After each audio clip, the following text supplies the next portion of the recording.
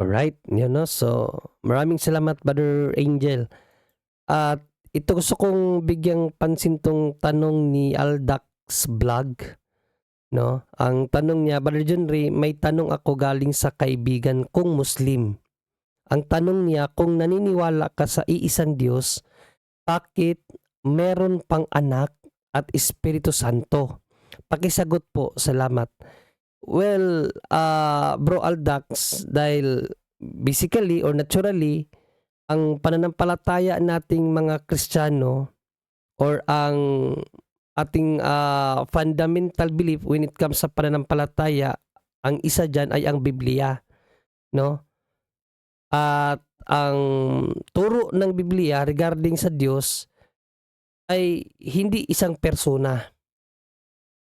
Kaya naniniwala tayo na ang iisang Diyos ay mayroong tatlong persona.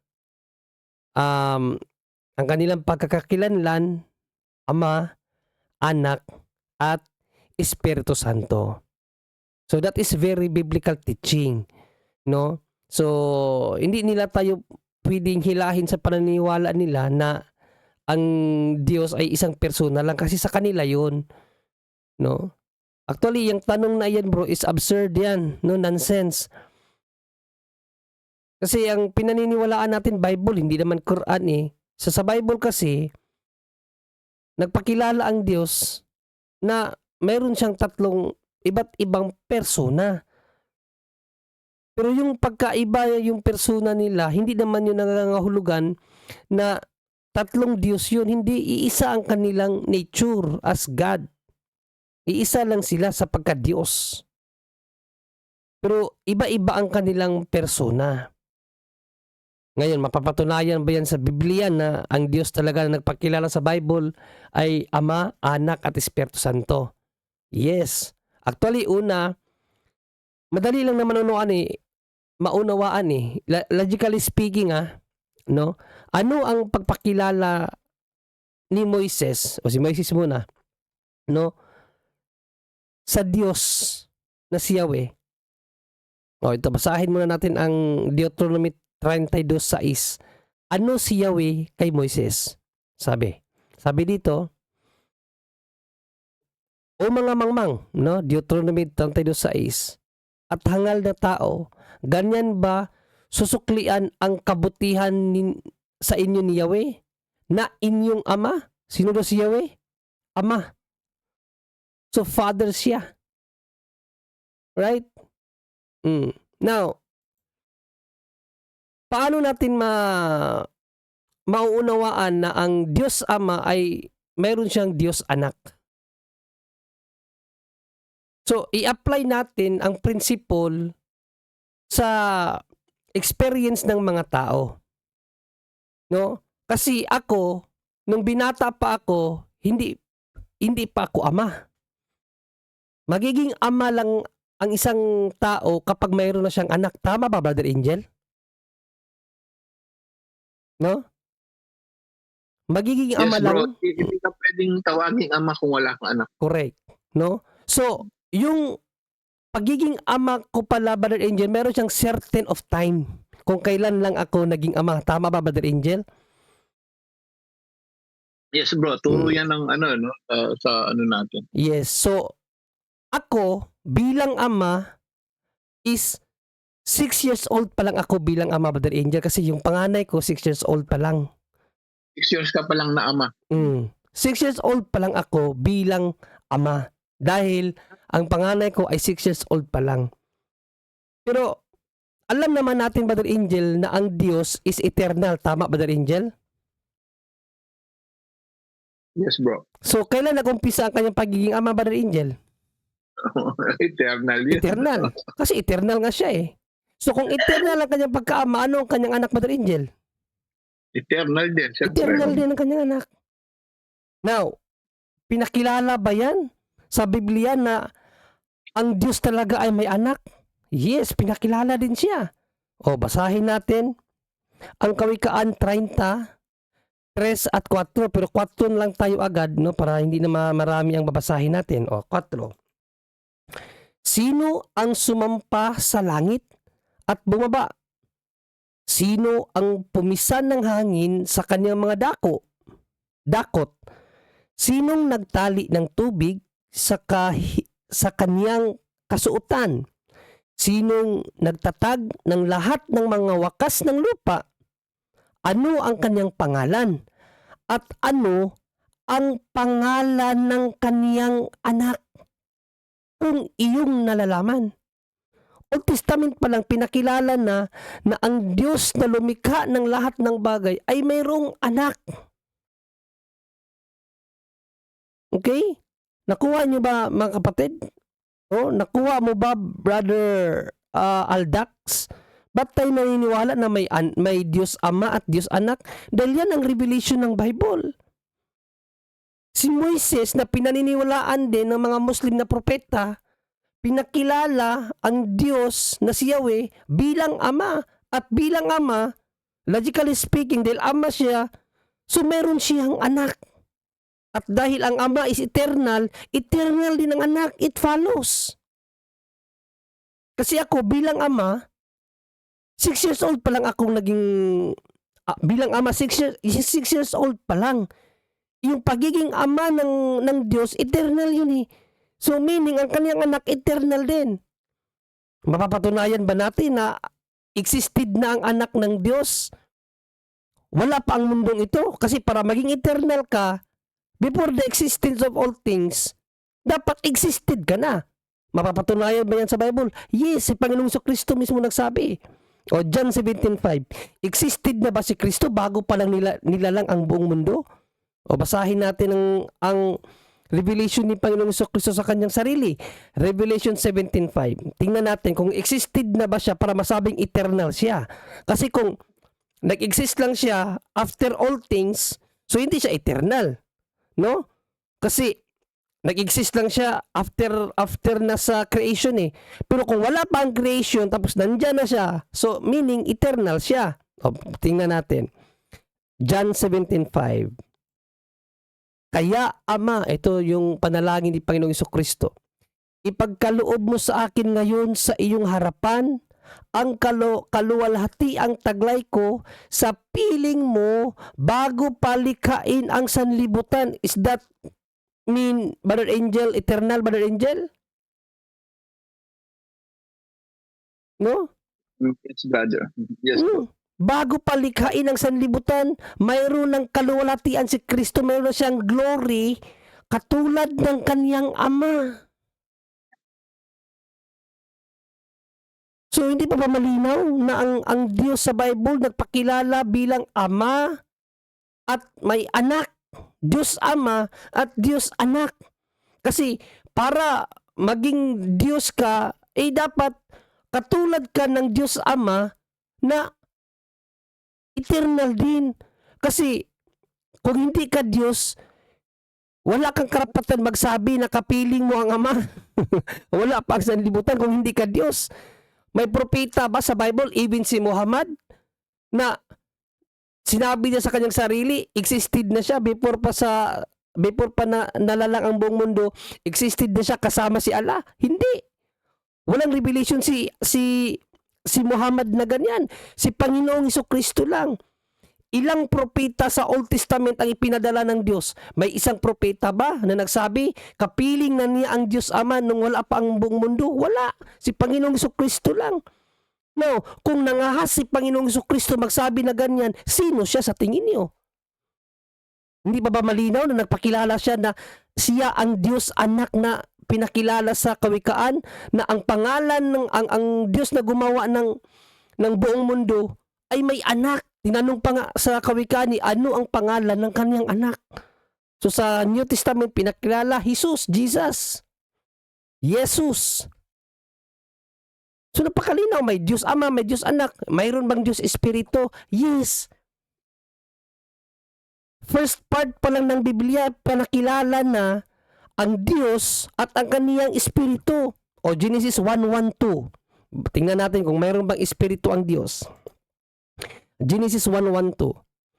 Nang pasimula ay nilikha ng Diyos, o ito, Diyos Ama, ang langit at ang lupa, no? At ang lupa ay walang anyo at walang laman. At ang kadiliman ay suma sa ibabaw ng kalaliman. At ang Espiritu ng Diyos ay suma sa ibabaw ng tubig. So, itong Espiritu ng Diyos, iba to sa sinabing Diyos kanina. Kasi ang Diyos na ito, mayroon siyang tinatawag na Espiritu. Kaya nga Espiritu ng Diyos eh. Di ba? Tapos ano pa ang pakilala ni David dito sa 2 Samuel 23:2? Ano sabi ni David? Nagsasalita sa pamamagitan ko ang Espiritu ni Yahweh. So ang Espiritu ng Diyos, Espiritu ni Yahweh. So iba si Yahweh, iba yung kanyang Espiritu. Dalawang persona yan. O paano natin nalaman na yan ay ang Espiritu na yan ay iba yan kay Yahweh mismo? Bakit? Kasi ang Espiritu na iyan ni Yahweh, isinugo niya yan. O, Sakaraya 7:12, isinugo na niya ito. Oo, kanilang ginawa na parang batong diamante ang kanilang puso upang wag magsidinig ng kautusan at ng mga salita na ipinasugo ng Panginoon, no, ng mga hukbo sa pamamagitan ng kanyang Espiritu. Ang Espiritu ni Yahweh o Espiritu ng Panginoon, sinugo niya. Saan niya sinugo? Sa mga propeta, noong unang panahon, mga propeta. O iba yan kay Yahweh. Iba yan sa Yahweh. Kasi si Yahweh, siya yung nagsugo sa kanyang Espiritu. Ang Espiritu naman, ang isinugo. Ano yung Espiritu? Espiritu ni Yahweh. So napakalinaw, biblically speaking, ang Diyos may Holy Spirit, mayroon namang Diyos anak. Ang sabi niya, saan mababasa na ang Diyos, ang Holy Spirit ay Diyos din. Ang dami sa Bible. No, kaso lang wala na tayong oras eh. 11:51 na dito sa mag-alas 10 na Diyos Pilipinas. Pero ang daming talata sa Bible, kaya ko kayo bigyan kahit ilang talata sa Bible na ang Holy Spirit ay Diyos din. Pero malinaw, mga kapatid, ba't tayo naniniwala? Ang tanong kasi ni Brother Aldax, tanong niya, kung naniniwala ka sa iisang Diyos, bakit mayroon pang anak at Espiritu Santo? Dahil ang Diyos sa Biblia, nagpakilala siya bilang Diyos Ama, Diyos Anak, at Diyos Espiritu Santo. Sa Biblia, kapatid, yung one does not merely mean one person. Tutunayan ko sa iyo yan. Na sa Biblia, yung word na one, hindi lang isa ang meaning yan. Either one person, either two person, three person, or whole nation. One. Unified one, or yung tinatawag na numerical one. Dalawa yan eh. Dalawang uri yung one. Nag-iisa at yung unified. Halimbawa, Genesis 2:24.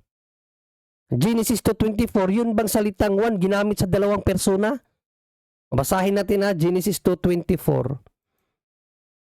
Para maunawaan mo kung bakit naniniwala sa isang Diyos na may iba't ibang persona, dahil ang one sa Bible does not merely mean one person.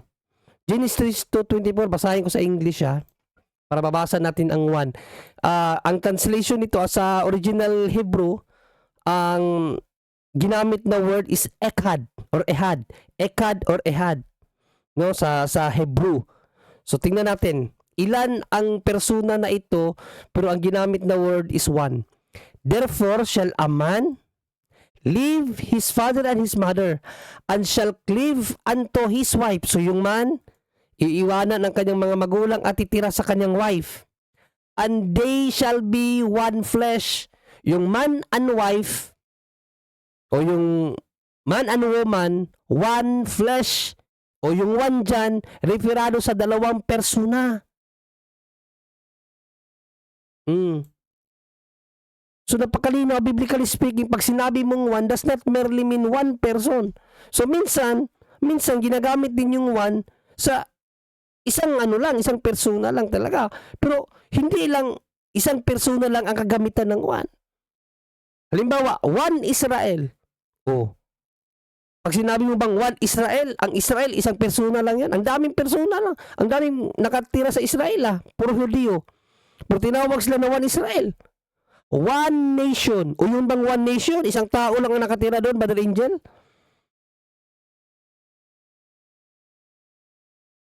Buong nasyon. Mm. One Islam. Pag sinabi mo one Islamic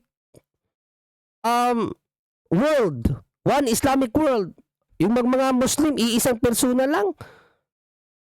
One world. Oh.